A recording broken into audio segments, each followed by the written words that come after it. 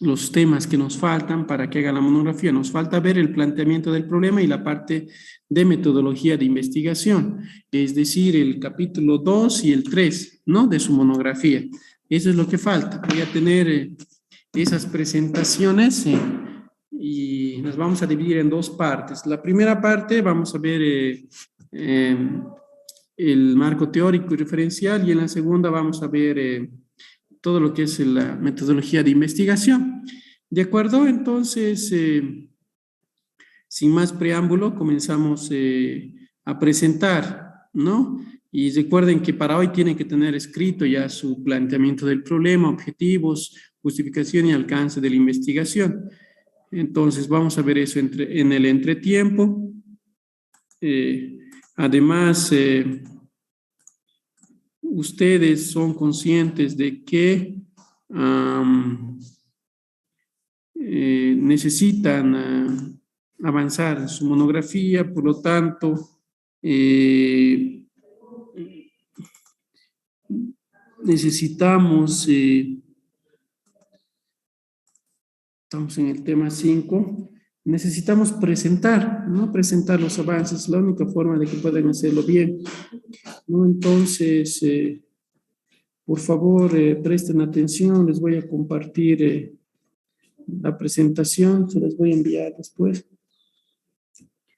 Y la misma tiene que ser un mensaje para que ustedes apliquen la pauta metodológica necesaria y además empiecen a avanzar en la estructura de su marco teórico. En la primera parte vamos a ver el marco teórico. Ya estoy abriendo la presentación y bueno. Bien, entonces ya detenido. Entonces, todos ya tienen que tener hasta este punto su planteamiento del problema, ¿ya? ¿Qué está pasando claro con esto? Un ratito, ya no puede abrir mi... Está lerdo.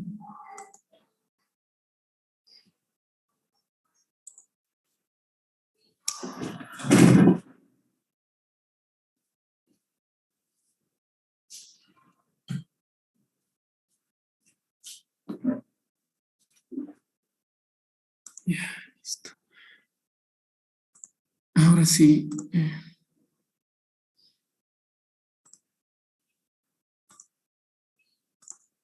Ya, ustedes pueden ver mi presentación, ¿verdad? Buen día, licenciado. Buen día. No, buen día a todos los que están ingresando y empezamos. Van a disculpar, es un poco lerda, la máquina la tengo cargada. Estamos en ahorita unos paquetes que están simulando. Les decía que vamos a hacer el marco teórico y referencial en la primera parte de la clase de hoy y en la segunda la metodología de investigación. Respecto a esto, lo que vamos a ver es qué es un marco teórico y referencial, un marco conceptual, un marco histórico, un marco jurídico, las funciones y cómo se estructura un marco teórico. ¿Ya? ¿Cuáles son los componentes del marco teórico y referencial? El marco teórico referencial generalmente tiene el marco teórico propiamente dicho, el marco referencial, el marco conceptual y el marco histórico, ¿ya? ¿Qué es el marco teórico? El marco teórico es el contexto de la investigación que tiene que estar estrechamente vinculado con la teoría existente y la hipótesis deducidas de ella. La construcción de marco teórico permite ver el problema desde una determinada perspectiva y delimitarlo dentro de la realidad. En el marco teórico se expresan las proposiciones teóricas generales de las teorías específicas, los postulados, los supuestos, categorías y conceptos que han de servir de referencia para ordenar la masa de los hechos convenientes al problema, ¿no? Eso es un marco teórico. Ahora, el marco teórico tiene que tener un campo teórico, una perspectiva teórica. En el marco teórico voy a poner teorías, por eso tiene ese nombre. Después, en el marco referencial voy a poner referencias, otros trabajos, documentos realizados sobre el tema. Y en el marco conceptual, conceptos. Así de simple es entender cuál es la estructura o la diferenciación que voy a tener en esta parte, en este capítulo. ¿Cómo voy a redactar el marco teórico? Voy a redactar según cronología y según corrientes teóricas. Puedo tener una corriente, dos corrientes, y le voy a dar un orden cronológico, ¿ya? Según, generalmente pongo la teoría generadora de una idea, no sé, la más antigua, la más, y voy a ir subiendo a la más moderna, ¿no? Es el orden cronológico. Después debo ir revisando bibliografía y debo entender que en esta parte del marco teórico lo que necesito son teorías, corrientes teóricas, ya todavía no conceptos específicos. Esa es una cuestión que debo tener presente siempre, ¿ya? El marco teórico no es redactar conceptos, o sea, el capítulo de marco teórico y referencial no es redactar conceptos solamente. Debo hacer una revisión de las corrientes teóricas o los modelos teóricos y debo poner referencias, autores, documentos empíricos que han demostrado esa teoría y recién me voy a los conceptos. Pero aparte puedo tener un marco histórico y un marco jurídico. Vamos a ver en qué casos puedo poner eso, ¿ya? ¿Y qué debo hacer? Revisar bibliografía, seleccionar bibliografía y leer y empezar a apuntar las teorías que a mí me sirvan, ¿no? Entonces, debo tener presente que la búsqueda, el orden, el enfoque, la comprensión y el lenguaje tienen que ser precisos en un marco teórico, ¿ya? Y tienen que tener ese orden, o sea, voy a buscar, voy a ordenar, voy a encontrar un enfoque y voy a agarrar la comprensión y el lenguaje de ese enfoque. No, además, el marco teórico me permite realizar una investigación retrospectiva en base a lo que ya se haya escrito sobre un objeto de investigación, ¿no? En base a las teorías. Además de eso, debo diferenciarlo de los otros componentes de este capítulo, el marco referencial, el conceptual, el histórico y el jurídico, si es que va a haber. No en todos los casos puede haber marco histórico, no en todos los casos puede haber marco jurídico, solamente en los casos necesarios.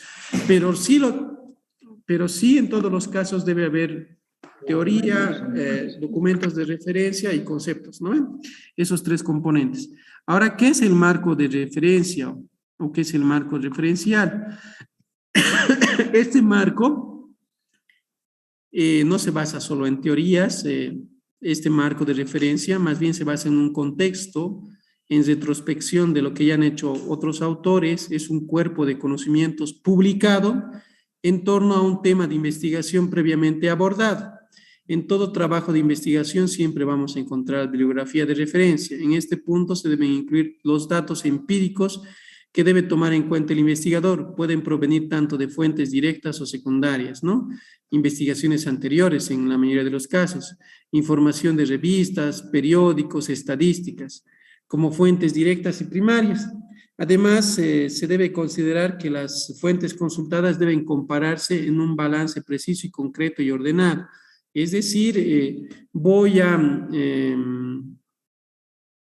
tener fuentes, puedo tener fuentes en contraposición, ¿no?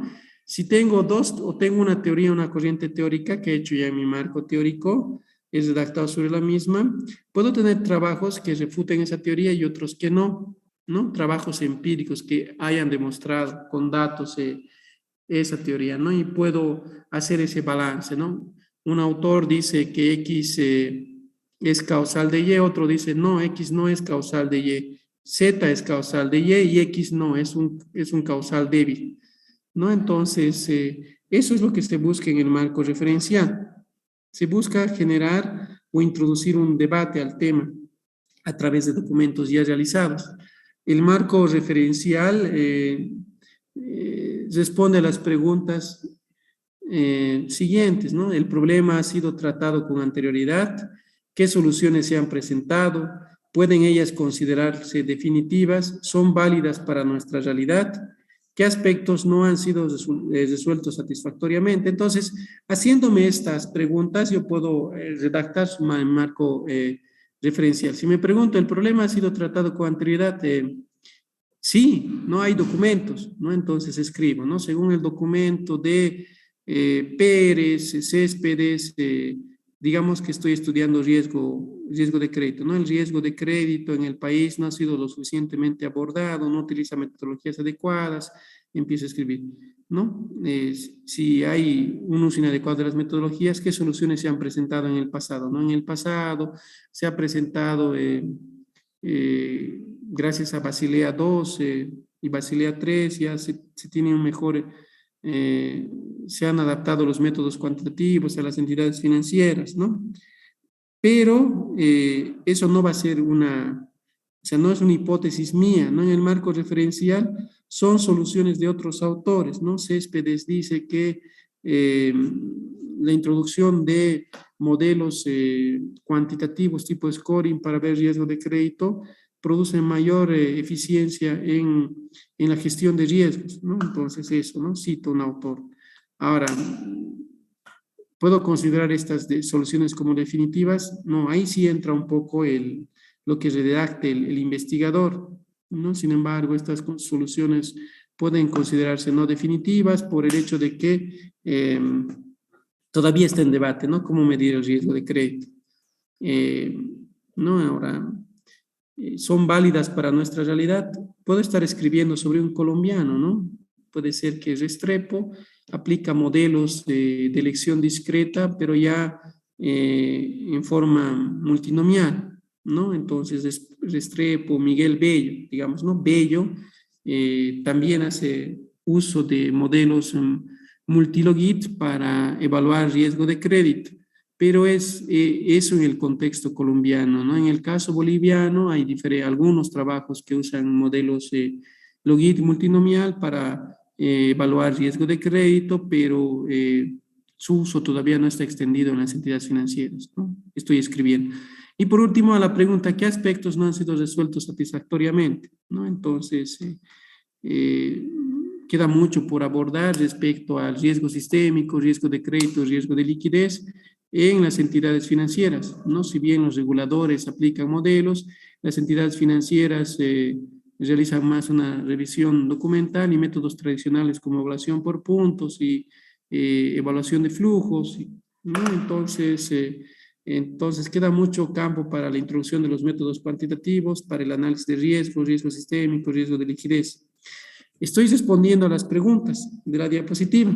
Eso es el marco referencial. Y en todas las respuestas, siempre, en 99% de los casos, he tomado algún autor. He dicho Céspedes, he dicho Pérez, he dicho Restrepo, he dicho Bello, ¿no? Entonces, eso es el marco referencial, usar otros documentos que han tratado el tema para responder si el problema ha sido tratado antes, qué soluciones se han planteado antes, las soluciones son definitivas, se aplican a nuestra realidad, qué aspectos no se han resuelto satisfactoriamente en esas investigaciones anteriores. En todos los casos estoy hablando de otras investigaciones que se acercan a mi objeto de investigación. Ese es el marco de referencia o el marco referencial. En la primera parte había hablado de teorías, ¿no? De modelos teóricos mucho más grandes. Ya en esta segunda parte hablo de documentos y escritos de referencias. ¿De acuerdo? De algunos, pueden ser documentos precisos sobre el objeto de investigación o documentos estadísticos, ¿no? Eso por si acaso. Y en el marco conceptual, lo que veo son conceptos, ¿no? El marco conceptual comprende la definición y exposición de términos más utilizados en la investigación y relacionados con el problema. En realidad, el análisis conceptual en la mayoría de los casos parte de la definición o del concepto que se esté trabajando, pues a través de esta definición se explica el conocimiento de los rasgos esenciales y el carácter universal que tienen los fenómenos. La información que se requiere para desarrollar el marco conceptual proviene de la bibliografía en general y es especializada referida al tema en los cuales se aborda el problema de investigación, ¿no? Entonces, lo único que voy a hacer es redactar los conceptos que voy a usar más y los conceptos que necesito como investigador, ¿no? Entonces, yo estoy entrando, no sé, a modelos de estrés, ¿no? Y voy a hacer modelos de simulación tipo stress testing, ¿no? Entonces, mi concepto será stress testing, ¿no? Entonces, ¿qué es stress testing? Voy a empezar a redactar, ¿no? Voy a hacer sobre riesgo de crédito, ¿no? Entonces voy a hacer riesgo de crédito, pero voy a usar diferentes métodos, ¿no? Voy a usar modelos VAR, valor en riesgo, voy a usar modelos Logit, entonces script, ¿no? Modelos VAR, modelos Logit, ¿qué significa? ¿No? Eso, eso voy a poner en el marco conceptual, son conceptos. Además, el marco conceptual no es un resumen de las teorías que se ha escrito sobre el tema de estudio, tampoco es un glosario de términos, ¿no? No voy a poner qué es modelo, ¿no? ¿Qué es robusto? No es eso.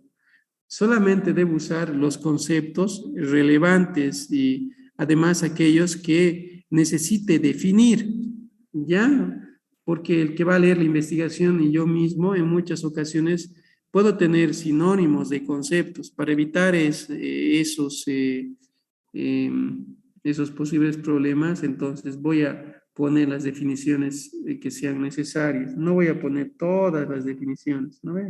Si no, voy a poner solo las definiciones relevantes que me sirvan para entender mi objeto de estudio, ¿no? Entonces, se parte de la pregunta, ¿qué conceptos ayudan a entender y resolver mi problema de investigación? ¿No? Entonces, solo conceptos relevantes, ¿ya? No todo.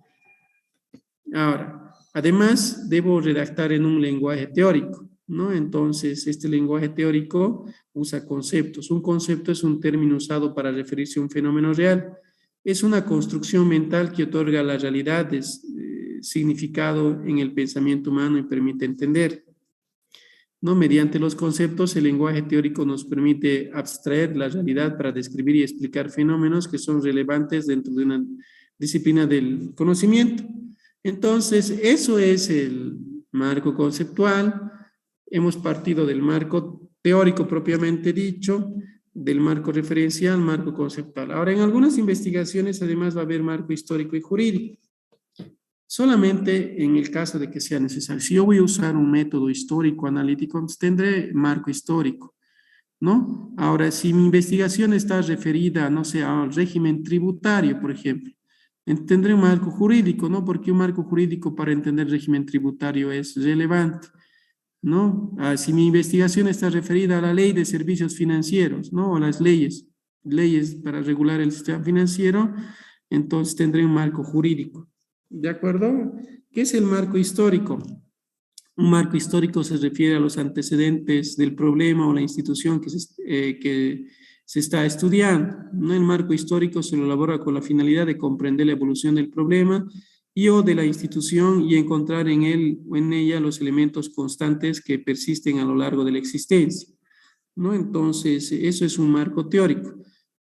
Por otro lado, tengo el marco jurídico, ¿no? Un marco jurídico busca referenciar toda la normativa ordenada o jerarquizada que es parte del estudio, si es que fuese relevante o necesario en la investigación, ¿no? Entonces, si yo voy a estudiar la ley de servicios financieros, ¿no? Entonces, iré pues a toda la regulación del sector y puedo partir desde la Constitución, ¿no? La Constitución habla de servicios financieros, habla de la equidad en los servicios financieros, ¿no? Después iré por los tratados internacionales. Recuerden que nuestra Constitución se pone casi al mismo nivel de los tratados internacionales para los derechos humanos, por ejemplo, ¿no? Pero y iré a los decretos, ¿no? Entonces, en este orden, para estudiar la ley de servicios financieros, por ejemplo, tendré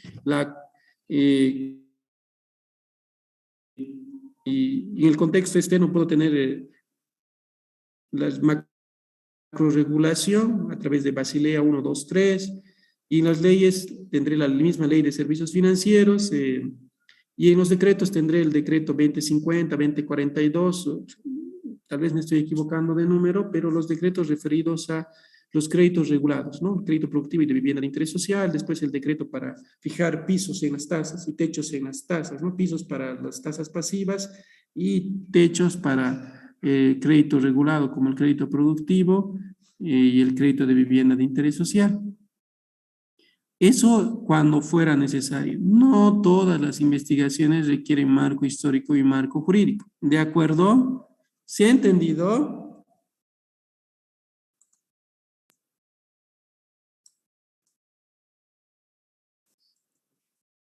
Dicen una consulta, digamos, en caso de que esté utilizando el leasing financiero, tendría que poner el marco normativo jurídico, ¿no? Eh, si tu problema de investigación lo requiere, claro. Si no, no. ¿Ya? Eso que quede claro. No. Si requiere solo nombrar algo bien específico, lo puedes poner en el marco referencial. Pero si es relevante estudiar la legislación, o sea, si eso va a influir en la rentabilidad o el tratamiento de impuestos, por ejemplo, para el caso del leasing, entonces sí requieres un marco jurídico, ¿ya? Pero si no, no. No en todos los casos hay marco jurídico o marco histórico. ¿De acuerdo?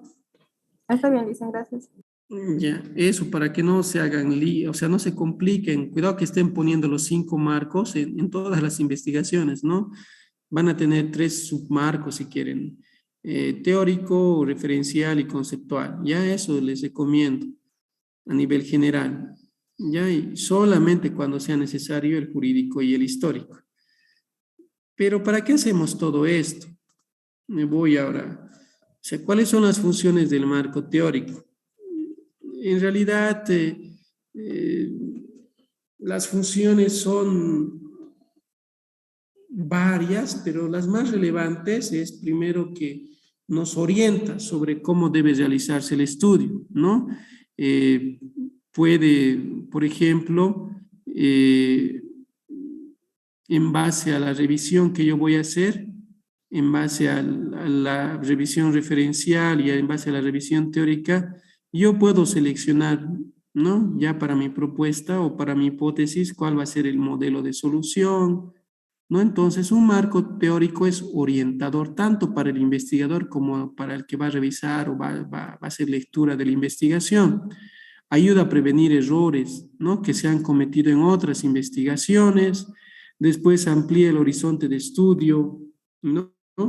Y además de eso hace que no haya un sobrecentramiento solo en el problema y también puede evitar incluso desviaciones, ¿no? Desviaciones cuando yo en un marco teórico como, no sé, como principiante pongo solo conceptos, por ejemplo, puedo poner todos los conceptos, ¿no? Desde, si estoy haciendo sobre análisis de riesgo, puedo poner conceptos incluso no relevantes, ¿no? Por ejemplo, eh,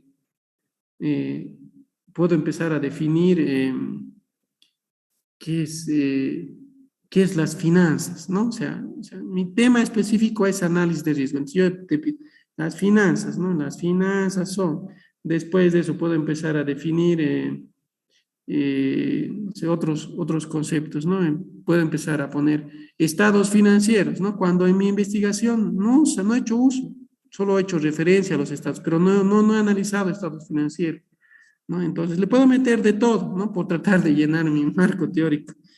Ya entonces, cuando yo hago un marco teórico estructurado con alguna pauta metodológica, me evito esos errores. ¿Ya? Eso para resumir. Además, si yo hago una síntesis de las funciones en base a lo que me señala, debo citar, ¿no? Está citado atrás, Hernández Sampieri es el que me dice que, en síntesis, las funciones del marco teórico son ayudar a prevenir errores que se han cometido en otros estudios, orientar sobre cómo se va a realizar el estudio, ampliar el horizonte de estudio y guiar al investigador para que se centre en su problema, evitando desviaciones del planteamiento original, conduce al establecimiento de hipótesis o afirmaciones que más tarde habrán de someterse a prueba en la realidad, inspira nuevas ideas y líneas o áreas de investigación, provee un marco de referencia para interpretar los resultados de estudio, ¿no? En esta parte, este último o esta última función es muy importante, ¿no?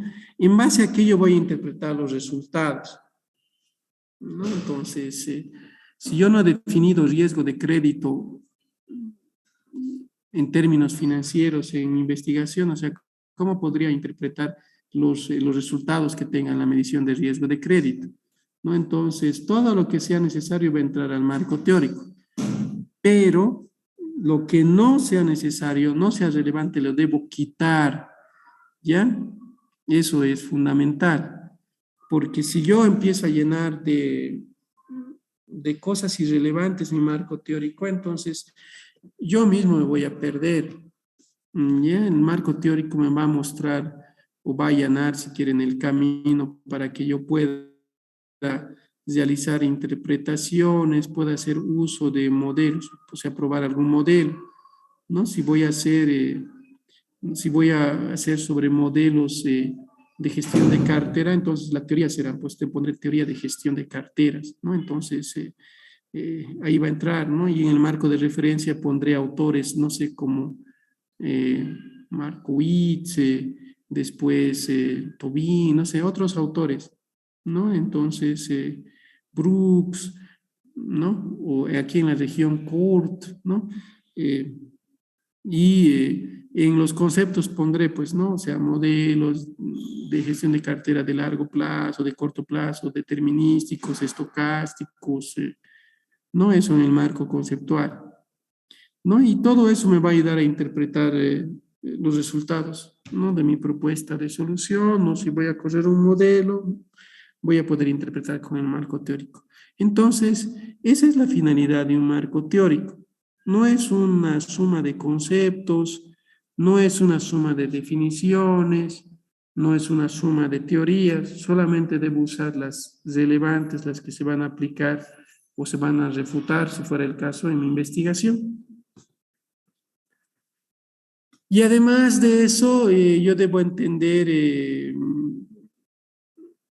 que este marco teórico tiene una función descriptiva, explicativa, ¿no? Eso es lo que me dice Sampieri. Ahora, ¿cómo voy a estructurar? ¿Cómo voy a estructurar mi marco teórico? ¿Cómo voy a hacerlo? ¿No? Entonces, ¿qué métodos puedo seguir? ¿Cuáles son las pautas metodológicas? Ya les he dicho qué es el marco teórico, qué componentes va a tener, pero ¿cómo lo hago? ¿No? Entonces, vamos a seguir dos métodos sencillísimos, ¿no? Uno es el de ordenación a través de una estructura, estructural como en la forma de espina de pescado, y otro es en la forma de índice. Ya, entonces, ¿qué método podemos seguir para organizar y construir nuestro marco teórico? Entonces, lo que tenemos que entender es de que una vez que yo tenga la información, la bibliografía que nos interese, entonces podemos empezar a elaborar el marco teórico con esa información, bibliografía recuperada y también ordenada, ¿no? O sea, recopilar. Un paso previo consiste en ordenar la información y de acuerdo con uno o varios criterios lógicos y adecuados, vamos a ordenar de acuerdo al tema de investigación. Algunas veces se ordena cronológicamente, ¿no? Como les anticipaba. Otras veces por subtemas y otras por teorías. Por ejemplo, se pueden utilizar fichas o documentos en archivos o carpetas para recopilar la información. Se ordenan según el criterio que se haya definido o por cronología o por temas. Y hay formas para abordar esta ordenación, ¿no? Les adelantaba dos métodos. Si yo reviso, o sea, dos autores que generalmente leo en metodología, Sampieri y Méndez, ¿no? Además de Castel, eh, quienes recomiendan, por ejemplo, el método de mapeo, ¿no? Se elabora primero un mapa para organizar y elaborar el marco teórico. El método de mapeo es el método de espina de pescado, Además, hay otro método que también usa Sampieri, que es el método de índices, ¿no? Ahora, el método de mapeo consiste en realizar u organizar las teorías, las referencias, los conceptos por áreas, por temas, ¿no? Y generalmente lo que se aconseja es ir de atrás hacia adelante, empezar con las definiciones, después dimensiones para las variables, las formas de medir y los modelos, ¿ya? Entonces, aquí hay un ejemplo de un mapa de la literatura desplegado en temas y subtemas, ¿no? Entonces, por ejemplo, en las definiciones, ¿no? Un ejemplo nada más, puedo hacer de clima organizacional, ¿no? En nuestro caso yo puedo hacer de riesgos, ¿no? De riesgos, análisis, gestión de riesgos, ¿no? Y voy a buscar en las definiciones las diferentes concepciones y definiciones de clima organizacional en el ejemplo. En las dimensiones voy a ver el tema de clima, por ejemplo, desde la perspectiva de los empleados o desde la perspectiva del empleador, ¿no? Entonces, esas son las dimensiones que yo puedo ver y en las formas de medir puedo encontrar instrumentos de medición de clima, ¿no? Como las encuestas, después medidores de clima, medidores de percepción, ¿no? Y en los modelos, modelos teóricos, obviamente. Les decía que en el caso del mapeo empiezo de atrás hacia adelante, es decir, al final voy a determinar los modelos teóricos que voy a usar en base a lo que ya tengo, ¿no? Las definiciones las saco de las referencias, las saco de los libros, ¿no? Las dimensiones me van a dar el enfoque o la perspectiva desde cual quiero estudiar. La medición, ¿no? En base a esas referencias, se supone que estoy estudiando las referencias, entonces voy a ver formas, ¿no? Indicadores de medir. Como estoy viendo varias referencias, entonces puedo tener muchos indicadores, ¿no? Como en el ejemplo de Sampieri, que nos muestra, en el caso del clima organizacional, que hay diversas, ¿no?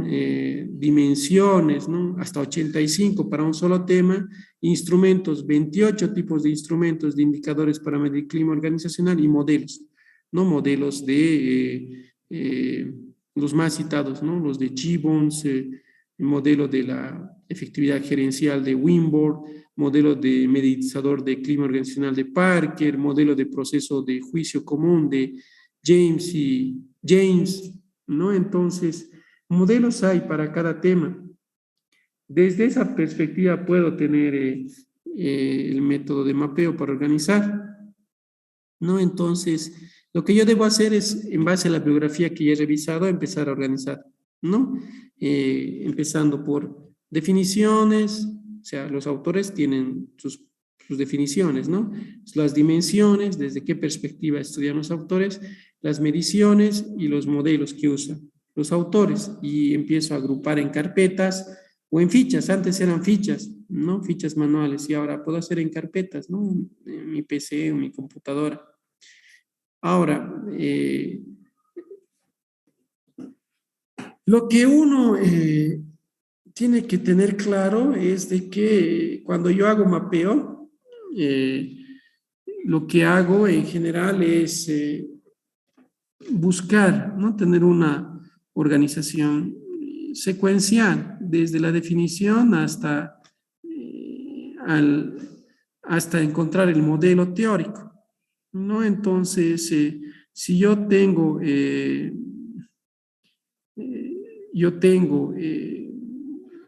por ejemplo, diferentes teorías, o sea, puedo tener, no sé, hay algún caso en el que tenga 5 teorías, ¿no? De las 5 teorías, una me interesará, ¿no? O puedo tener 2, ¿no? En el caso de finanzas voy a tener 1, 2. Entonces, esa teoría es la que debo describir, ¿no? Entonces, sin importar el método que esté haciendo, en la primera parte voy a poder, este estudio se va a basar o va a seguir la corriente teórica de, eh, no sé, de algún autor, ¿no? De Minger, Markovich, Tobin, ¿no? Algo teórico en ahí voy a poner, ¿no? Entonces, eso debo ver. Después de eso recién los autores, como les había dicho, y al final los conceptos, definiciones. Eh, Ahora hay otro método, el método de índice. En el caso del índice todavía es mucho más sencillo. El único problema es que uno tiene que tener cierta pericia o experiencia para aplicar este método. Ya en el caso de que yo deba hacer un marco teórico de manera rápida, si como ustedes lo necesitan, entonces puedo hacer el índice, pues la experiencia demuestra que este método se puede aplicar de manera rápida y eficaz. Hay que desarrollar en primer lugar un índice tentativo, ¿no? Y después ir afinando el mismo y esta puede ser una operación de vertebración, por ejemplo, ¿no? Entonces, vertebración en el sentido de que el índice lo puedo dividir en títulos, subtítulos, después tener más ramas, ¿no? O sea, y se recomienda que vaya hasta el tercer decimal, ¿no? En los subtítulos me refiero a 1.11, 1.12, 1.13, 1.14, ¿ya? Esto en muchos casos, incluso este método uno lo puede utilizar para estructurar toda la investigación, no solamente la parte del marco teórico. Pero ya referido al marco teórico, entonces puedo tener un índice vertebrado, por ejemplo, ¿no? Entonces, en el índice, el método del índice aplicado, por ejemplo, a un estudio de percepción política en los municipios, ¿no? ¿Qué factores inciden en el voto? Es la pregunta de investigación, ¿no? En el voto municipal.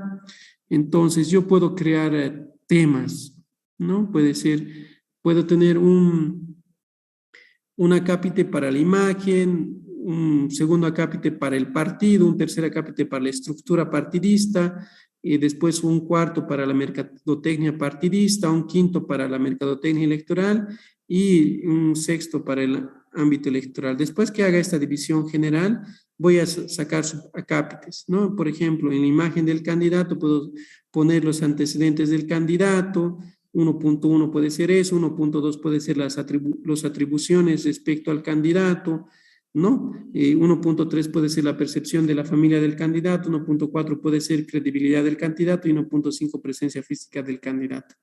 Entonces, hacer un índice depende mucho yo les decía, de la experiencia, ¿no? Entonces, cada tema, como en el ejemplo de la diapositiva, lo puedo dividir.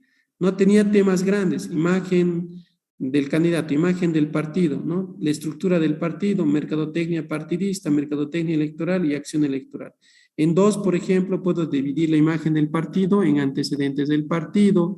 2.2 puede ser atribuciones sobre el partido, o sea, la honestidad de los gobernantes del partido, ¿no? 2.3 puede ser la identificación del partido con el partido político, 2.4 la credibilidad del partido, ¿no? Entonces, para cada tema le voy a sacar subtemas. Notarán aquí que en el ejemplo tengo hasta el segundo decimal de subtemas, ¿no? Yo puedo trabajar o se puede aguantar hasta el tercero, ¿no? Por ejemplo, en 3, la estructura partidista, ¿no? La estructura del partido, ¿no? Entonces,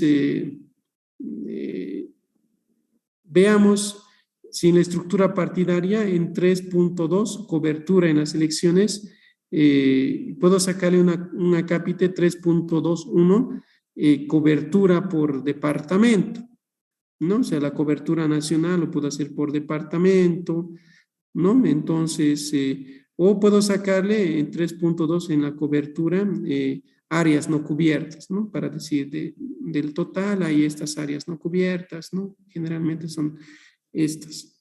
Y así, Entonces, al hacer el método de índice requiere que ustedes tengan cierto conocimiento y además va a variar mucho respecto al tema, ¿no? O sea, de tema en tema va a ser diferente, ¿no? En el caso del índice, no necesito crear, en este caso, primero las definiciones, después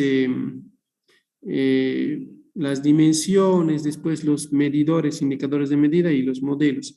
En el caso del índice, notarán, es al revés. Yo tengo que ya tener preconcebido una teoría o teorías, ¿no? Entonces, parto de la teoría, ¿no? Después de la teoría general voy a la evidencia empírica, que serían las referencias, ¿no? El autor tantos ha escrito sobre eso, ¿no? Y después de eso voy a los conceptos, ¿no? Para cada tema, teoría o parte de esa teoría. Y así tendría que organizar mi esquema, ¿no? Pero la forma más sencilla es la que les hacía referencia. Si quieren, uno va a ser las teorías o el punto 1, digamos, del capítulo 2. 2.1 va a ser enfoques teóricos, ¿no? 2.2 va a ser marco de referencia. 2.3 va a ser marco conceptual y definiciones necesarias, ¿no? A veces para el marco de referencia le ponen en muchas publicaciones como literatura sobre el tema, ¿no? Ese es el marco de referencia, ¿ya? Revisión literaria sobre el tema es el marco de referencia, ¿no? Y a veces se mezclan el marco teórico con el marco referencial, ¿no? Entonces, yo les sugiero hacer ordenado esos tres componentes, ¿no? Entonces, veamos referencias, bueno, veamos las teorías, después veamos las referencias y de ahí veamos los conceptos. Y para hacerlo rápido, yo les sugiero que que hagan el método de índices, es decir, en cada uno de esos acápites, pónganse, mm, pónganse un orden, ¿no? Entonces, por ejemplo, en las referencias pueden poner ustedes estudios con evidencia probada, después otros pueden ser solamente estudios descriptivos, ¿no? Otro tipo de estudios explicativos, ¿no? Y van sacando ahí en las referencias, pueden dividir en dos partes, en tres partes, a eso me refiero. En la parte teórica pueden hacerlo más general, pueden poner las teorías, ¿no? Las teorías nada más. Y en la parte conceptual, en el marco conceptual propiamente dicho, ahí sí tienen que poner de lo general a lo particular, ¿no? Entonces, tendríamos que poner, por ejemplo, en el marco conceptual, empezar con gestión de riesgo, ¿no? Gestión de riesgos. Después debería salir un acápite, un subtema, gestión de riesgo de crédito, ¿no? Y después de gestión de riesgo de crédito debería salir modelos tipo scoring, ¿no? Modelo Logit tipo scoring, y así, sacando las vértebras de este índice. Ya, entonces, eso es el tema, y nos tomaremos un descanso para ver la segunda parte, que es metodología de investigación, y así saldar definitivamente eh, lo que necesitan para la monografía. ¿De acuerdo? Eso, por favor. Ahora mismo, antes de que lo olvide, les voy a enviar este tema, ¿ya? Lo voy a hacer por WhatsApp, aunque sea. Después lo subo a la plataforma. Y en 15 minutos nos encontramos, por favor, para que ustedes, para que veamos lo que es la metodología de investigación. Ya toda la parte metodológica. Y vamos a ver que es muy sencillo, porque lo único que tengo que hacer es definir primero el nivel de estudio que voy a hacer, ¿no? En la mayoría de los casos de ustedes van a hacer un nivel descriptivo, a eso van a llegar. ¿No? Después tengo que definir los métodos que voy a usar, después las fuentes de recolección de información, ¿no? Eso es lo que tengo que hacer. Y listo, ¿no? O sea, si es que van a hacer trabajo de campo, lo cual va a pasar en muy pocos casos, van a definir un tamaño muestral, por ejemplo. ¿Dónde está? Les decía que les voy a enviar antes diplomado.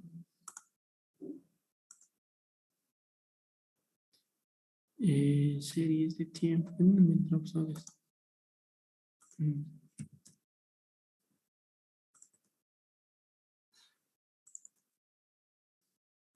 Tema 5, yes, ¿no?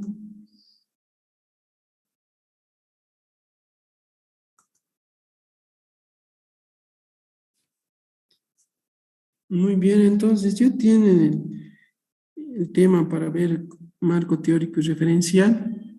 Y en la segunda parte vemos metodología, o sea, el capítulo de metodología de investigación. Ya es. Entonces, nos vemos en 15 minutitos, ¿ya? Está bien, dicen. Muy bien, Lisa. Ustedes tienen que hacer un pequeño esfuerzo más para realizar esto, ¿no?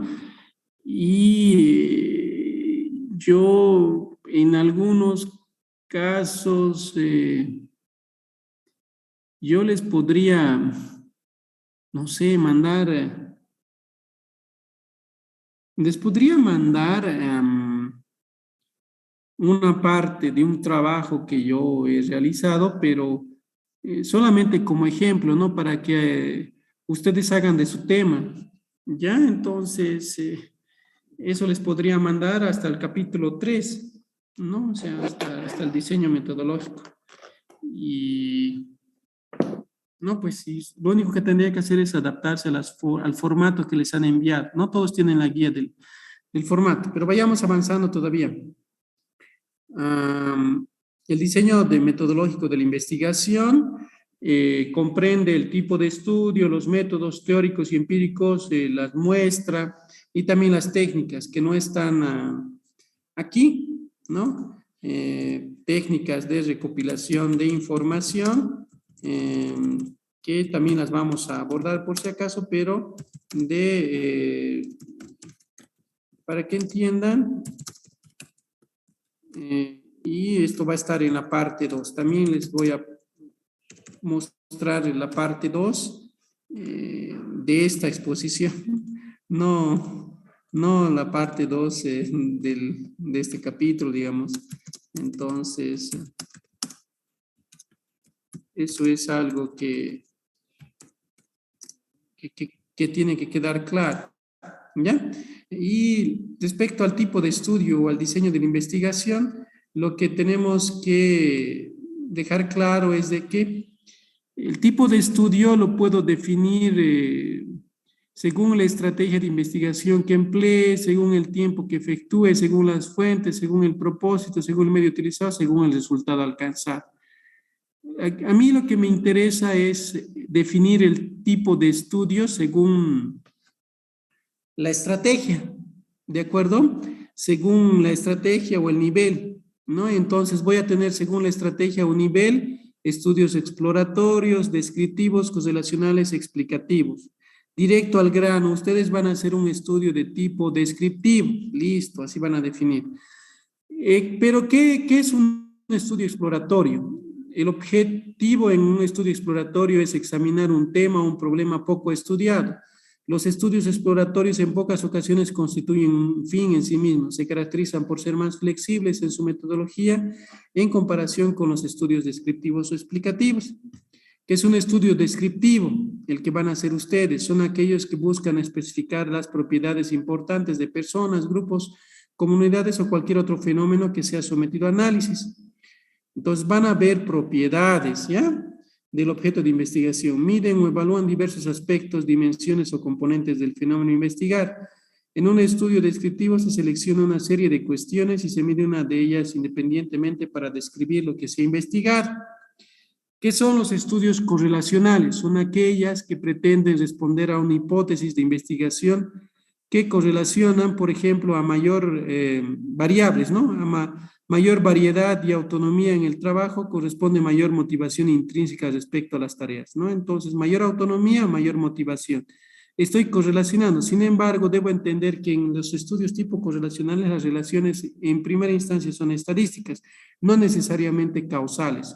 En cambio, en un nivel explicativo voy a encontrar razones o causas. Es un estudio causal y su objetivo último es explicar por qué ocurre un fenómeno y en qué condiciones se da esto. Regresando, hay 4 tipos de niveles o estrategias de investigación, ya exploratorio, descriptivo, correlacional, explicativo. Nosotros vamos a llegar hasta el nivel descriptivo. Ya ni correlacional ni explicativo. Eso no implica que en su modelo ya planteen un modelo correlacional, por ejemplo, no sea un modelo estadístico. Modelo explicativo es modelo estadístico más modelo teórico probado, ¿no? Entonces, en su capítulo 4, ustedes pueden proponer algún modelo estadístico, algún modelo, ¿no? Para contrastar una teoría, pero no así, no van a terminar de contrastar la teoría, ¿no? O sea, no van a hacer una tesis, a eso me refiero. Métodos, ¿qué métodos teóricos y empíricos van a usar? Van a usar métodos diferentes, pueden usar 2 métodos, pueden usar un método, ¿no? Los métodos teóricos se refieren a aquellos que buscan a través de una metodología preestablecida encontrar, abordar al objeto de estudio, ¿no? Buscan encontrarlo, abordarlo, ¿no? Y pueden ser métodos antagónicos como el análisis, síntesis, o sea, puedo hacer análisis o puedo hacer síntesis, puedo hacer inducción o deducción, puedo hacer abstracción, concreción, puedo tener un método histórico o un metodológico, o sea, un método completamente teórico. Me voy a describir cada uno de ellos, ¿no? Entonces, si yo describo el análisis, el método analítico, ¿qué hace? Hace la separación material o mental del objeto de investigación en sus partes integrantes con el objeto de o propósito de descubrir los elementos esenciales que lo conforman. Entonces voy a empezar a separar, ¿no? El objeto de investigación, ¿no? En sus elementos esenciales. En cambio, la síntesis consiste en la integración material o mental de los elementos o nexos esenciales de los objetos con el objeto de fijar cualidades o rasgos principales inherentes al objeto. Nótese que lo que busca la síntesis es integrar, ¿no? ¿Para qué? Para fijar cualidades, ¿no? O rasgos inherentes al objeto. A diferencia de, les decía, tengo análisis, síntesis, a diferencia del análisis, lo que busco no es separar en la síntesis, sino integrar. ¿Para qué? Para fijar cualidades. En el método inductivo, por otro lado, yo busco en base a experiencias y observaciones, sin tener una idea preconcebida, identificar la problemática, ¿no? Entonces, lo que hace el método inductivo es conducir de lo particular a lo general, ¿no? Lo que se hace es una generalización de lo simple a lo compuesto, de las partes al todo, ¿no? En busca de convertir el hecho en una norma o principio, ¿no? Entonces, yo debo tener en cuenta de que en este tipo de métodos debo tener hipótesis, por ejemplo, una hipótesis, ¿no? Que se va a proceder a contrastarla para que yo pueda hacer la generalización, ¿no? Entonces, la palabra clave en el método inductivo es generalizar algo particular, ¿ya? Pero ¿a través de qué? A través de probar una hipótesis. Por otro lado, el deductivo, en contraste, diría yo, consiste en pasar de lo genérico a lo específico. Es la aplicación de la norma al hecho, buscando presentar conclusiones que creen nuevas propuestas o principios. Entonces, la frase clave, diría, es de lo genérico a lo específico para aplicar un método deductivo. ¿Cuándo aplico el método deductivo? Cuando ya tengo una ley general y busco estudiar un hecho particular a partir de esa, ¿no? De esa ley general. Y ya si yo tengo una ley general, por ejemplo, en la teoría de los microeconómica de los mercados, la ley de la oferta y la demanda, ¿no? Quiero agarrar esa ley general o esa teoría general y ponerla a un mercado particular o un objeto particular. Ya entonces uso el método deductivo, de lo genérico a lo específico. Ahora, ¿cuál es el papel de la deducción? El método deductivo es un método que generalmente se usa en finanzas, en economía, ¿ya? Por eso su papel es importante, ¿no? Es doble, se dice en investigación. Consiste en encontrar principios desconocidos a partir de los conocidos, ¿no? Una ley o un principio puede reducirse a otra más general que le incluya. También sirve para descubrir consecuencias desconocidas, ¿no? De los principios conocidos. La matemática es la ciencia deductiva por excelencia, parte de axiomas y definiciones. Entonces, me puede dar este doble rol, ¿no? Puedo encontrar principios desconocidos para algo particular o puedo encontrar consecuencias desconocidas para algo particular. Recuerden que lo general ya existe en el método deductivo. Una ley genérica ya hay, una teoría general ya hay, ¿no? Entonces, el aplicar, por ejemplo, en economía, la teoría general de la tasa de interés, el empleo, sí, el producto y el empleo, en la teoría keynesiana, a una economía particular, a un caso particular, eso es seguir el método deductivo, ¿no? Entonces, eso. Ahora, un método deductivo es, por ejemplo, aplicar, ¿no? Algún modelo en finanzas, un modelo de cúpulas, un modelo de volatilidad, ¿no? De los mercados, a un mercado particular, digamos, quiero llevar un modelo en este caso, de arbitraje de precios, ¿no? A el comportamiento de primas en precios o primas de riesgo a la Bolsa Boliviana de Valores. Entonces, una teoría general, estoy aplicando un mercado específico, ¿no? Eso es método deductivo. Ya, entonces, eso es lo que debo considerar. En cambio, recuerden, en el método inductivo, a partir de lo particular llego a la general. El método inductivo, a diferencia del deductivo, tiene una esencia de, si quieren, de experimentación, ¿ya? Porque ¿cómo a partir de algo particular yo puedo hacer una generalización? Es a través de tomar leyes generales, podría ser, o sea, no una ley para mi objeto de estudio, sino otras leyes, física, me puedo apoyar en la matemática, ¿no? Y puedo hacer, a partir de una prueba en un mercado o un test en estadística, mil disculpas, puedo hacer una generalización. Y en estadística hay varios ejemplos, ¿no? Por ejemplo, uso método inductivo para usar, por ejemplo, o se ha llevado, ¿no? Se ha usado la inducción para generalizar las pruebas de hipótesis, algunas pruebas, ¿no? Algunas pruebas específicas, ¿no? Entonces, las pruebas de Hausmann, las pruebas LM, ¿no? Se han generalizado, pero han partido de hechos particulares, o si quieren, de procesos o pruebas particulares, ¿no? Para cierto grupo, muestra de datos. Y se han generalizado. Todo el mundo usa ese tipo de pruebas que hemos evaluado para los modelos lineales. Eso ha usado método inductivo. Una prueba particular se ha generalizado. Y el método deductivo es el que la mayoría de ustedes van a hacer, ¿no? Creo que hagan experimentación o hagan pruebas, ¿no? O sea, vamos a usar método deductivo, es decir, alguna teoría, algún modelo teórico lo van a aplicar a algún mercado específico o comportamiento financiero específico, ¿no? Eso es lo que van a hacer. Muy bien. Por otro lado, también hay la abstracción, consiste en el aislamiento mental de ciertas propiedades de los objetos, procesos o fenómenos de la realidad concebidas en su aspecto más general.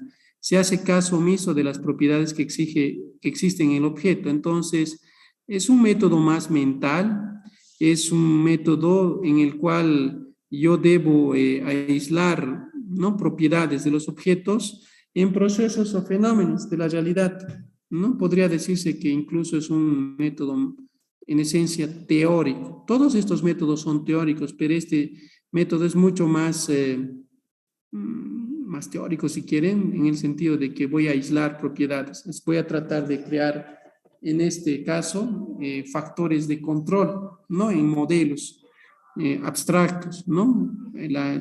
Modelos abstractos y difusos hay harto en matemática aplicados a la estadística y también a las finanzas.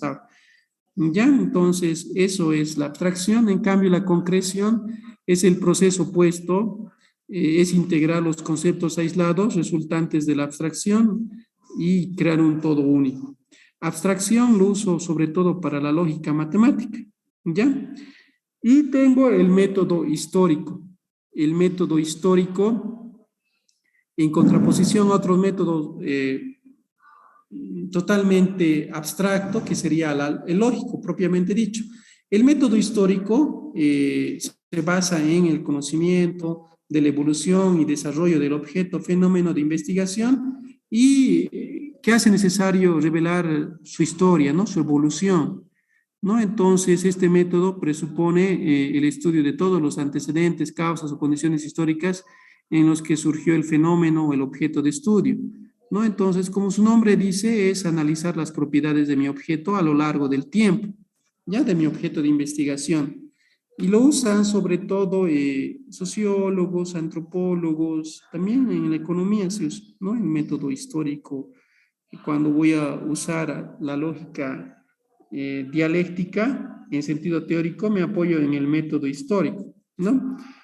Y tengo el método lógico. Finalmente tengo el método lógico, que es una mezcla del método abstracto, pero con cierta ordenación y fijamiento específico para campos, ¿no?, campos de la ciencia, ¿no? En este caso, la investigación de lo que se repite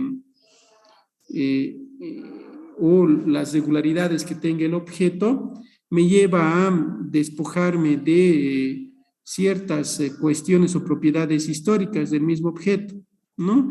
Entonces, estas regularidades van a ser teóricas, no van a ser empíricas o observadas, ¿no? Entonces, el método lógico se apoya en la abstracción, les decía, y busca relaciones lógicas en base a la teoría. Ahora, el método lógico ya está predefinido, ¿no? Entonces, puede tomar las relaciones lógicas, por ejemplo, de la matemática, del razonamiento filosófico, del razonamiento dialéctico, pero sobre todo de la matemática, ¿no? Entonces, es importante entender que su uso puede ser restringido, ¿no? Para el campo de las matemáticas o para un campo teórico puro, ¿no?, cualquier ciencia, ¿no? Y como en la práctica no a mucha gente en las ramas de las ciencias sociales le gusta abordar o hilar en lo teórico, en lo totalmente teórico, más bien se busca, digamos, tener algún pragmatismo y aplicar un método empírico. Entonces, este método no es muy usado, ¿no?, en ciencias sociales. Además de eso, debo entender que, como les señalaba, que en ciencias sociales, en este caso económicas y en finanzas, yo voy a buscar apoyarme en, obviamente, métodos teóricos, pero voy a buscar realizar investigación con un enfoque empírico, ¿no? Es decir, voy a buscar procedimientos prácticos con el objeto de revelar las características fundamentales y relaciones esenciales de mi objeto de investigación, ¿no? Que además estos deben ser de cierta forma tangibles, ¿no?, de manera directa a través de la observación o también a través de la simulación en nuestro caso, ¿no?, o sea, con información histórica. Entonces, yo puedo tener la investigación empírica que puede estar basada en la observación y la experimentación, ¿no? Y en nuestro caso, en la observación. Pero esta observación no es cualquier observación, no es observación casual, es observación científica, ¿no? ¿Y en qué consiste la información, la observación científica? Consiste en ver, ¿no?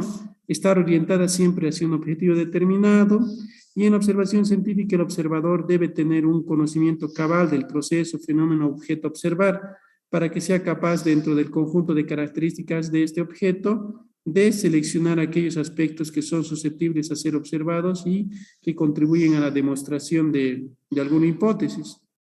Eso es diferente de la observación casual, que es inconsciente, involuntaria, ¿no? Que no tiene un objetivo determinado. Entonces, cuando tengo un objetivo determinado, la observación puede ser muy útil como método y como técnica. ¿Ya? Ahora, antes de pasar a las técnicas, las investigaciones generalmente pueden buscar información primaria y secundaria. Para el caso de la información primaria, simplemente como repaso, porque muy pocos de ustedes van a trabajar con información primaria, entonces yo debo aplicar muestras y técnicas de recolección de información. ¿Ya? Y en este caso, en el caso de la muestra, yo debo darle un criterio estadístico. Es decir, yo debo seleccionar una parte de la población para estudiarla y para encontrar información primaria de ella, ¿no? Pero no voy a sacar esa parte como sea, debo tener un método de muestreo, ¿ya? Entonces, este muestreo tiene que ser de tipo probabilístico. Hay 4 tipos de muestreo probabilísticos muy importantes que ustedes deben conocer. El primero es MAS, no es movimiento al socialismo, es muestreo aleatorio simple. Y el muestreo aleatorio simple es el más sencillo de aplicar y que además tiene un procedimiento específico, ¿no? Entonces, en el muestreo aleatorio simple, lo que yo hago es realizar la selección no sesgada de los componentes de una muestra en base a un criterio aleatorio. No puedo usar la tabla de números aleatorios, está en todos los libros de estadística, bajo cierto procedimiento, ¿no? O sea, por ejemplo, puedo decir, necesito un valor semilla y puedo tomar algún criterio, ¿no? Por ejemplo, ver el reloj, ¿no? Ver los primeros números del reloj y escoger los primeros dígitos, o escoger una columna o, o un punto de partida en la tabla de números aleatorios, ¿no? Entonces, si yo veo, por ejemplo, en el reloj, aquí les he puesto un ejemplo que es las 3:04, entonces voy a buscar la tercera columna seguida de la cuarta fila, ¿no? Entonces busco tercera columna, cuarta fila, busco los 3 primeros dígitos en el caso de que la muestra que necesite tenga 3 dígitos. Suponga que quiero seleccionar 845 empleados, son 3 dígitos, ¿no? Entonces, eso es lo que voy a hacer, ¿no? Y en lo que he seleccionado me sale 37. Seleccionaré el empleado 37, después sigo con la siguiente columna, ¿no? Y la siguiente columna con las mismas coordenadas es 447. Entonces, seleccionaré el empleado 447 de esa lista de 845 empleados, ¿no? Esa lista no está sesgada, no está ordenada en base a ningún criterio, ¿ya? Y así iré seleccionando. Y cuando en las columnas y filas de la tabla de números aleatorios no tenga o tenga un número que se salga del tamaño de la muestra, entonces no tomo en cuenta, salto. Listo. Eso. Además puedo decirle, hacer una lista o tener la base en Excel, en un medio digital, y decirle al software que me seleccione de manera aleatoria. ¿No? El software va a seleccionar de manera aleatoria, ¿no? Y incluso les pongo un ejemplo en Excel. Es decir, la mayoría de ustedes no va a trabajar con información primaria, entonces solamente esto es para un refresco y para algunos cuantos que van a hacer. Después del muestreo aleatorio al muestreo sistemático. El muestreo sistemático exige que yo tenga una base con una lista de la población para que seleccione de esa lista de forma sistemática, ¿no?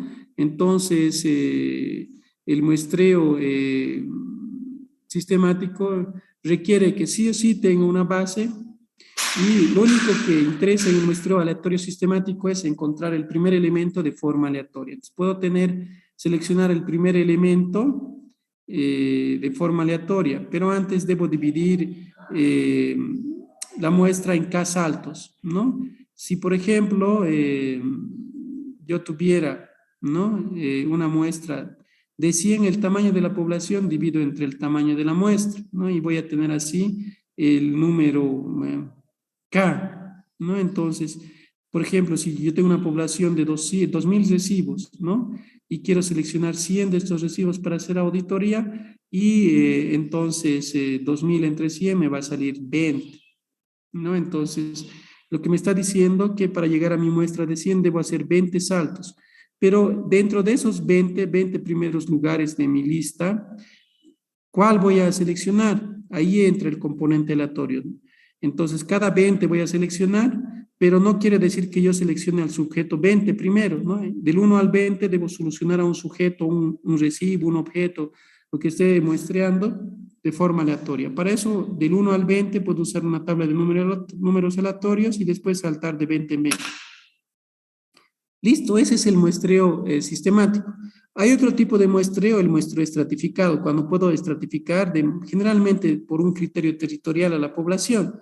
Ya lo que hace el INE, por ejemplo, es estratificar las poblaciones o comunidades en manzanos, ¿no? Entonces toma muestras de manzanos para hacer encuestas, no va a todos los manzanos para hacer la encuesta de hogares, por ejemplo, ¿no? Entonces, en un muestreo estratificado, lo primero que hago es seleccionar o dividir la población en elementos, áreas, ¿no? U otro tipo de división, y después de eso, en cada área, división, selecciono de manera aleatoria, ¿no? Eso es lo que se hace en nuestro estratificado. Y aquí hay un ejemplo, ¿no? Un ejemplo del libro de Levin, donde se selecciona en base a los condados en Estados Unidos, similar a los municipios aquí en Bolivia, se seleccionan, ¿no? Unidades en base al muestreo. Para eso se requiere cartografía, se requiere tener mapas en el caso de que el criterio de división sea territorial. Y una vez que yo identifico mis posibilidades económicas para muestrear, puedo seleccionar, no sé, si tengo 12 manzanos, puedo seleccionar 4, ¿no? Entonces, la selección de estos manzanos los pongo en una lista y los selecciono de manera aleatoria. Y dentro de cada conglomerado, en este caso manzano, también se realiza la selección de manera aleatoria. Y por último, bueno, me falta el muestreo. Ya. Me falta mencionar que en el muestreo estratificado, que no le he desarrollado, hay como último tipo de muestreo, tomo algún criterio. Si bien en el muestreo por conglomerados el criterio ya era área, división territorial, en el muestreo estratificado mi criterio va a ser variable, ¿no? Alguna variable que divida a la población en estratos. ¿No? Generalmente le ponen variables cualitativas, cuantitativas, como nivel de ingresos, no puedo poner sexo, ¿no? O grupo etario, ¿no? De 10 a 20, no puedo estratificar a la población, ¿no? Eso. Y dentro de cada estrato voy a hacer una selección aleatoria. Listo, esos son los tipos de muestreo. Y algo también importante para definir cuando voy a hacer muestreo es el error de muestreo. Este error de muestreo me va a mostrar la diferencia máxima que yo quiero entre el estadístico. Supongan que estoy estudiando la media de la población, entonces voy a ver la diferencia que puede en mi muestra. Ese es el error de muestra, ¿no? Entonces yo defino eso, yo restringo, ¿no? Les he puesto un ejemplo de cómo se saca una media y después cómo voy a definir el error de muestreo. Generalmente aguanta de 5 a 10% el error de muestreo. En este caso, debo definir ese error. ¿Para qué? En el caso de que no conozca el tamaño de la población, determine el tamaño de la muestra, ¿no? Y aquí tengo la fórmula del tamaño de la muestra. Cuando no conozco el tamaño de la población, yo defino esta E como error de muestreo. El error de muestreo va a ser igual en términos estadísticos a Z, la desviación sobre el tamaño de la raíz cuadrada del tamaño de la población. Ahora, esta fórmula ustedes la conocen de sobremanera, ¿no? Entonces, n es el tamaño de la muestra, eso va a ser igual a el cuadrado de z por sigma, que es la desviación estándar, sobre el error de muestreo, ¿no? Z es un valor normal de la distribución con un intervalo de confianza ahí definido. Sigma es la desviación estándar de la población, error de muestreo admisible. En este caso, este sigma yo puedo reemplazarlo por la desviación estándar de una muestra, ¿no? Y aquí hay un ejercicio donde muestra cómo se calcula. Ahora puedo tener este mismo procedimiento para calcular proporciones, ¿no? Entonces, cuando yo no conozco el tamaño de la población, pero conozco la probabilidad de éxito, o por defecto a la probabilidad de éxito, la probabilidad de que alguien me responda, sí, compro el producto, ¿no? O sea, supongan que están yendo a encuestar, van a encuestar a gerentes generales y les dicen, ¿usted ha comprado alguna vez un título de renta fija? La probabilidad de que un gerente general diga sí es 0.5. Entonces, por defecto, se usa 0.5 para hacer muestreo por proporciones, para determinar el tamaño de la muestra, para determinar cuántos gerentes van a encuestar. Y ustedes le ponen, ¿no? 0.5 por P por Q, o en este caso, en términos poblacionales, sería pi por 1 menos pi, pi como símbolo nada más, no tiene el valor de esa constante irracional, ¿ya? Entonces, para efectos de símbolo nada más, voy a tener pi por 1 menos pi por el cuadrado de z sobre e, ¿no? Recuerden que n va a ser el tamaño de la muestra, z va a ser ese z que yo voy a escoger según el nivel de confianza.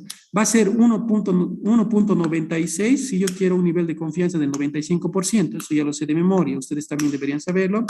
Pi es la proporción de la población, es la probabilidad de éxito, ¿no? Entonces yo voy a hacer de cuenta, cuando no conozca ese pi, voy a hacer de cuenta que es 0.5, ¿no? Entonces 1 menos pi va a ser 0.5, z lo conozco de tablas, el error de muestreo yo lo he definido, ¿no? Va a ser entre 5 a 10%, y también el error de muestreo tiene que estar, o puede estar en términos absolutos, ¿no?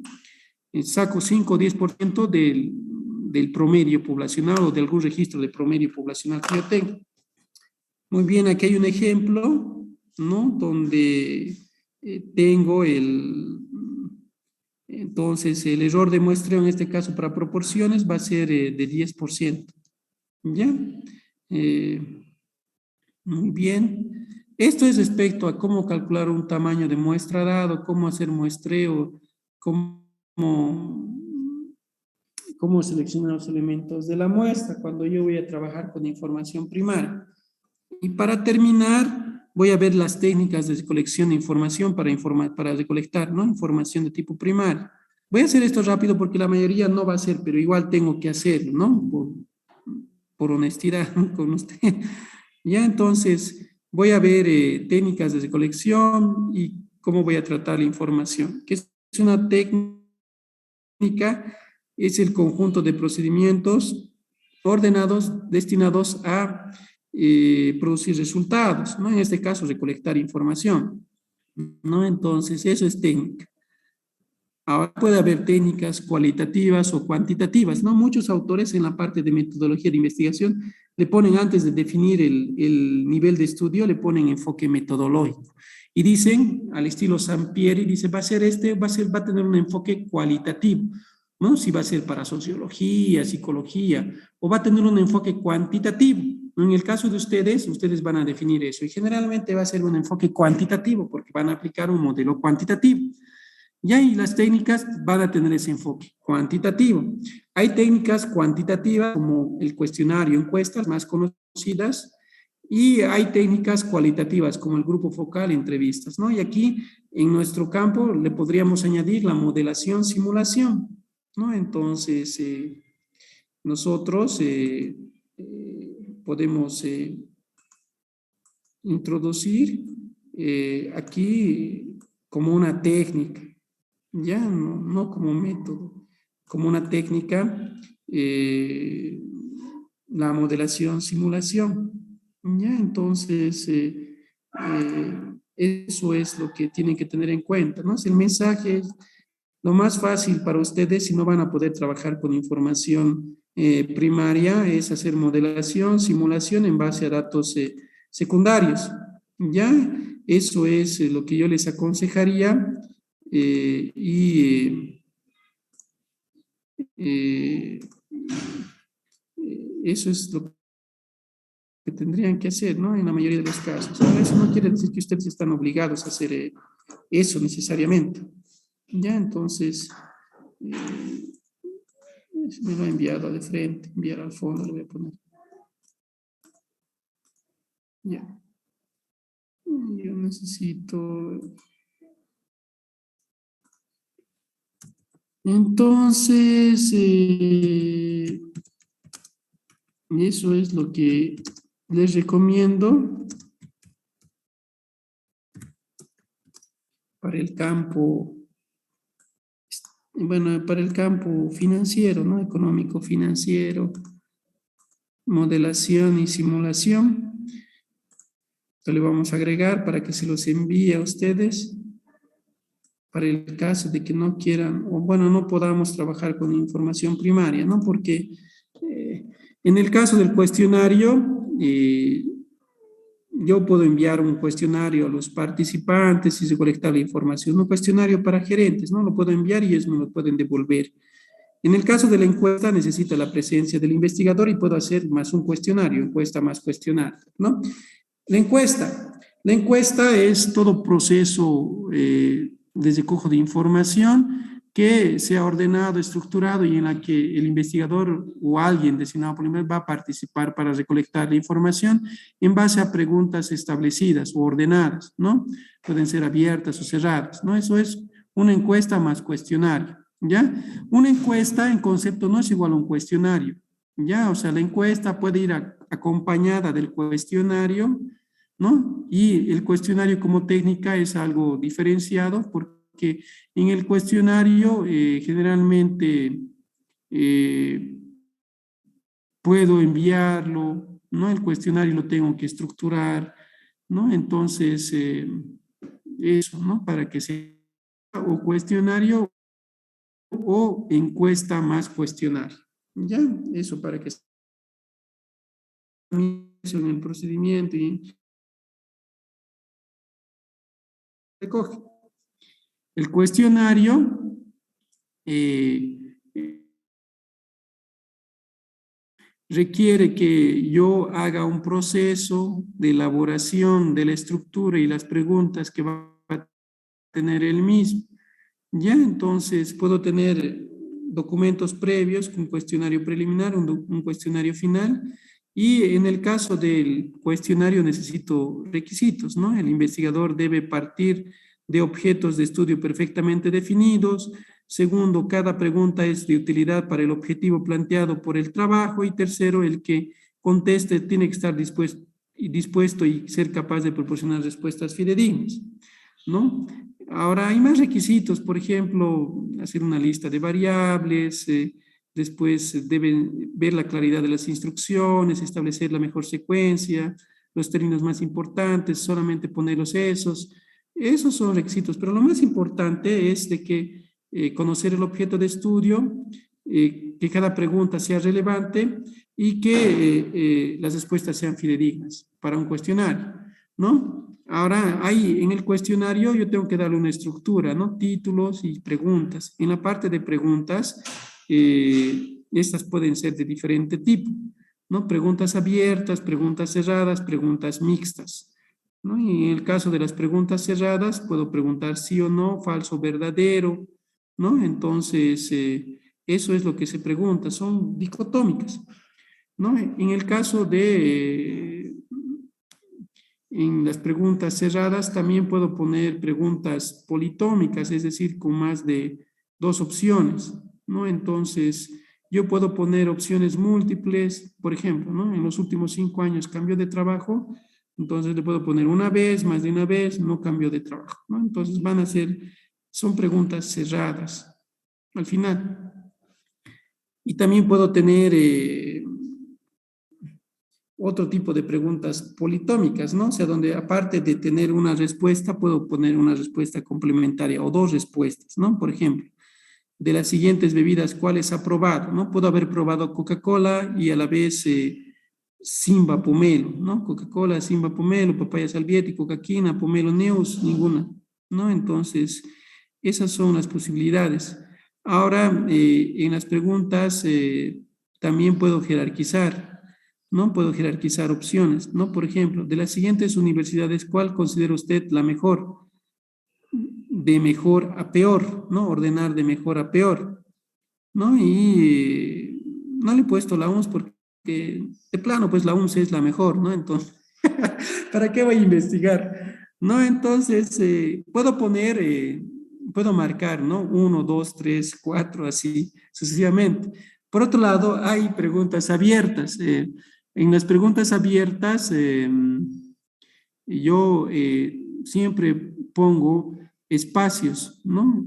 Espacios para que el que va a responder lo haga de la mejor manera. Hay un problema, pero con tener preguntas, muchas preguntas abiertas o dejar totalmente abierta la pregunta, valga la redundancia, es el hecho de que la pregunta puede ser demasiado extensiva, ¿no? Entonces hay que poner instrucciones incluso a la pregunta abierta. Responda lo primero que la respuesta más factible y corta que usted considere conveniente, ¿no? Entonces, esa es una pregunta abierta, bien elaborada. Hay preguntas mixtas, ¿no? Puede ser la pregunta cerrada y a la vez dejar opción, ¿no? Por ejemplo, de las siguientes universidades, ¿cuál es de su preferencia? ¿No? La UNSA, la Universidad Andina Simón Bolívar, la UPEA, otra, ¿no? Si hay otra, ¿cuál, no? Eso nos va. Entonces, en otra entrará pues, la Universidad Mayor de San Simón. Explique por qué, ¿no? Entonces, ¿no?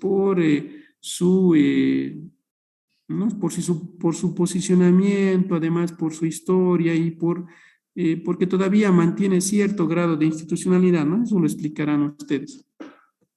Muy bien. Después, regresando, decíamos que hay técnicas cualitativas y cuantitativas. Ahora veamos las cualitativas. Dentro de las cualitativas tenemos el grupo focal, la entrevista, entre las más conocidas. ¿Qué hace una entrevista? ¿No? La entrevista cualitativa es una herramienta importante y esta tiene la característica de flexibilidad y apertura.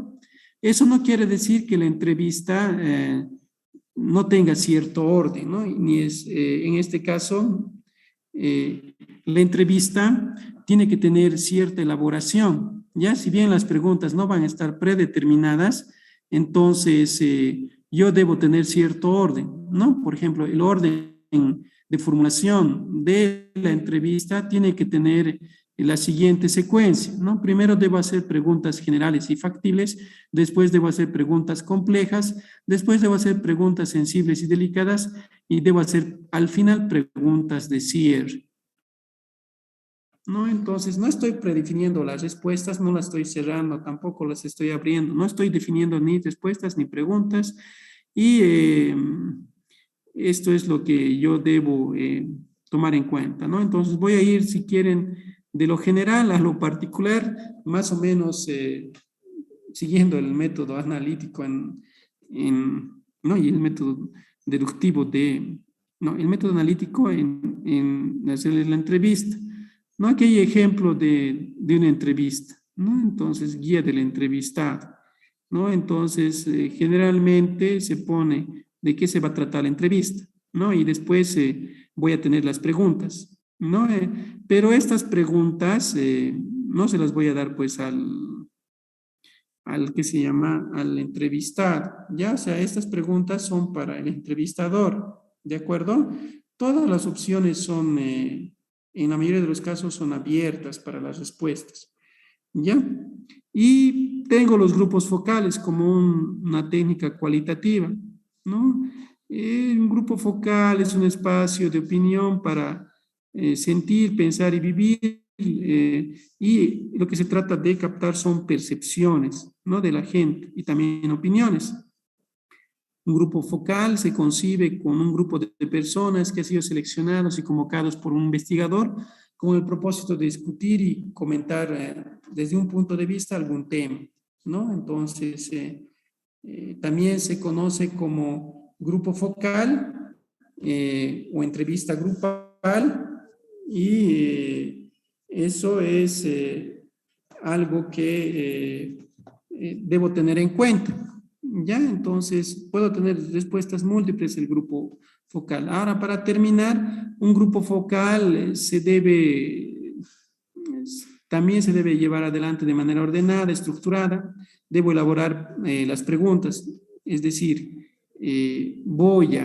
yo como director del grupo, voy a elaborar las preguntas, además voy a elaborar los materiales y voy a seleccionar las personas en base a algún criterio. ¿Ya? Eso es lo que hace las técnicas cualitativas y eso es lo que ustedes deben definir ahora.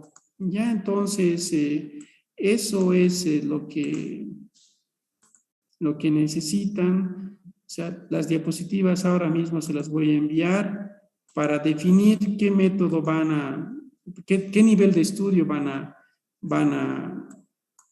usar, el método teórico, el método empírico que van a usar, las técnicas, ¿no? Entonces, ustedes le pondrán modelación más simulación, una mezcla de uso de información primaria y secundaria, diplomado presentaciones, a ver, monografía, aquí está, ¿no? Entonces, eso es muy importante para... Atención. Moderación ya existe en formato PDF, dice. Ah, no. ¿Qué estoy haciendo? No. Quiero guardar. Y a ver.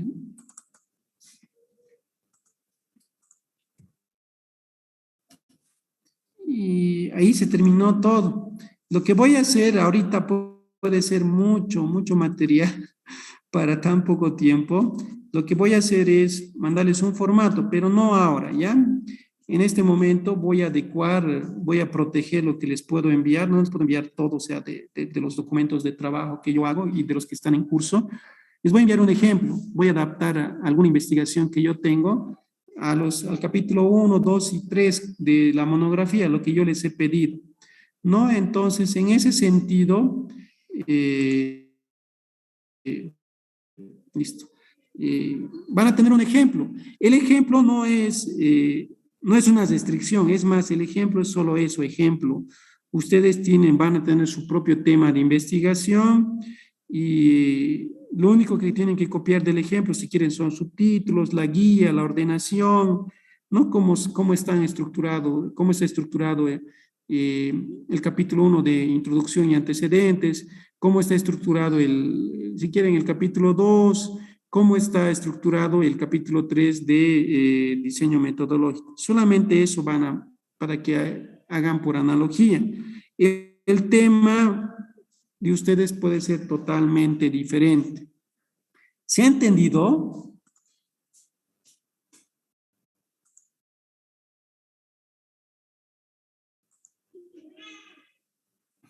Creo que ya se han ido, ¿no? ¿Qué pasa con ustedes? Sigue mandando el anterior PDF, no puedo creerlo, debe ser demasiado pesado. Disculpen, pero sigue mandando, ¿no? Teléfono sin conexión, ¿sí? ¿Cómo es posible esto? No estoy conectado. Sí, algo está pasando, así es que... Tema 6 para monografía, dice. A ver. No sé por qué razón no está.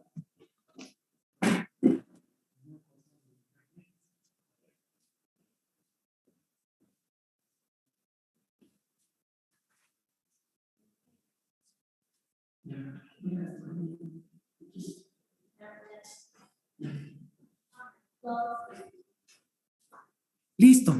Entonces, para ganar tiempo, lo que voy a hacer ahora es ordenarles el documento de ejemplo y enviárselos, ¿ya? O sea, puede haber tal vez algo extra de lo que le pide la monografía que yo considere necesario, ¿no? Pero ese es un ejemplo nada más y, por ejemplo, yo no puedo hacer, digamos, alguna investigación si es que no tenga hipótesis, ¿no? Entonces, en mi caso, yo le pongo hipótesis. Ustedes obvian hipótesis, no tienen hipótesis, ¿ya? Eso. Les voy a mandar el capítulo 1, 2, 3, ¿de acuerdo? Eso es lo que les voy a mandar y si están en clase, entonces han entendido. Cuidado que no he podido plantear, operacionalizar la hipótesis. No, ustedes obvien la parte de la hipótesis. Van a tener una hipótesis en su cabeza, una hipótesis implícita, no es necesario redactarla porque cuando uno lo pone en un documento formal significa que va a probar esa hipótesis, ¿no? Entonces, para no comprometerse, no hagan eso, solamente trabajen en un papel o de manera auxiliar o en otro archivo su hipótesis mental o escríbanla si quieren. ¿ya?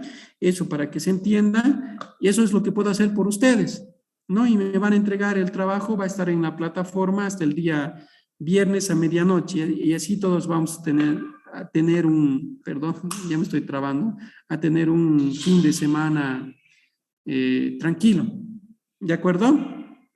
¿Alguna duda? Me voy a retirar, voy a hacer ese documento más Disculpe, bien. licenciado, ¿hasta qué parte tenemos que entregar lo que es la monografía ya avanzada? Capítulo 1, 2, 3, sí, Ah, ya, ¿ya? perfecto, licenciado. Todo lo que puedan hacer. En el capítulo 2, o sea, yo les he mostrado, por ejemplo, un método de índices, ¿no? Entonces, por lo menos lleguen hasta el índice. Si quieren, desarrollen conceptos, o sea, teorías, referencias y conceptos, pero si les falta algo, si no logran, entonces pónganlo como índice. ¿Entienden, verdad? O sea, esa flexibilidad les voy a dar. ¿Ya? Eso. Pero el capítulo no tiene que estar completo, pues tiene que haber problema. ¿Ya? Y en el caso del capítulo 3, yo les aseguro, es lo más fácil del mundo cuando uno ya ha identificado un problema, definir qué método voy a usar, qué técnica. En el caso de ustedes, ya saben, ¿no? O sea, voy a hacer modelación y simulación, ya. Le ponen así, ya, eso, por favor. Es muy sencillo hacer el capítulo 3 cuando uno ya tiene, si quieren, el planteamiento del problema y los objetivos de la investigación. ¿Ya? Entonces uno ya sabe qué técnica va a utilizar, qué método. ¿Listo? En la mayoría de ustedes va a usar el método deductivo, además de algún otro método, ¿no? Análisis y el método deductivo, así le van a poner, es lo que generalmente ponen, ¿no? Eso, por favor.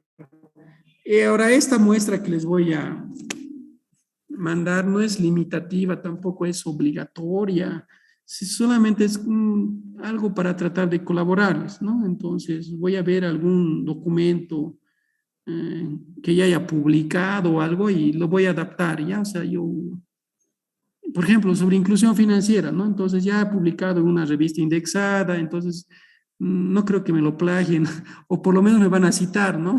Si es que sacan algún concepto de ahí, a eso me refiero, ¿ya? Entonces, les voy a mandar y como ese era un paper que hice, le voy a poner, ¿no? Esta parte es el capítulo 1, esta parte es el 2 y el 3, listo. Ahí se acabó.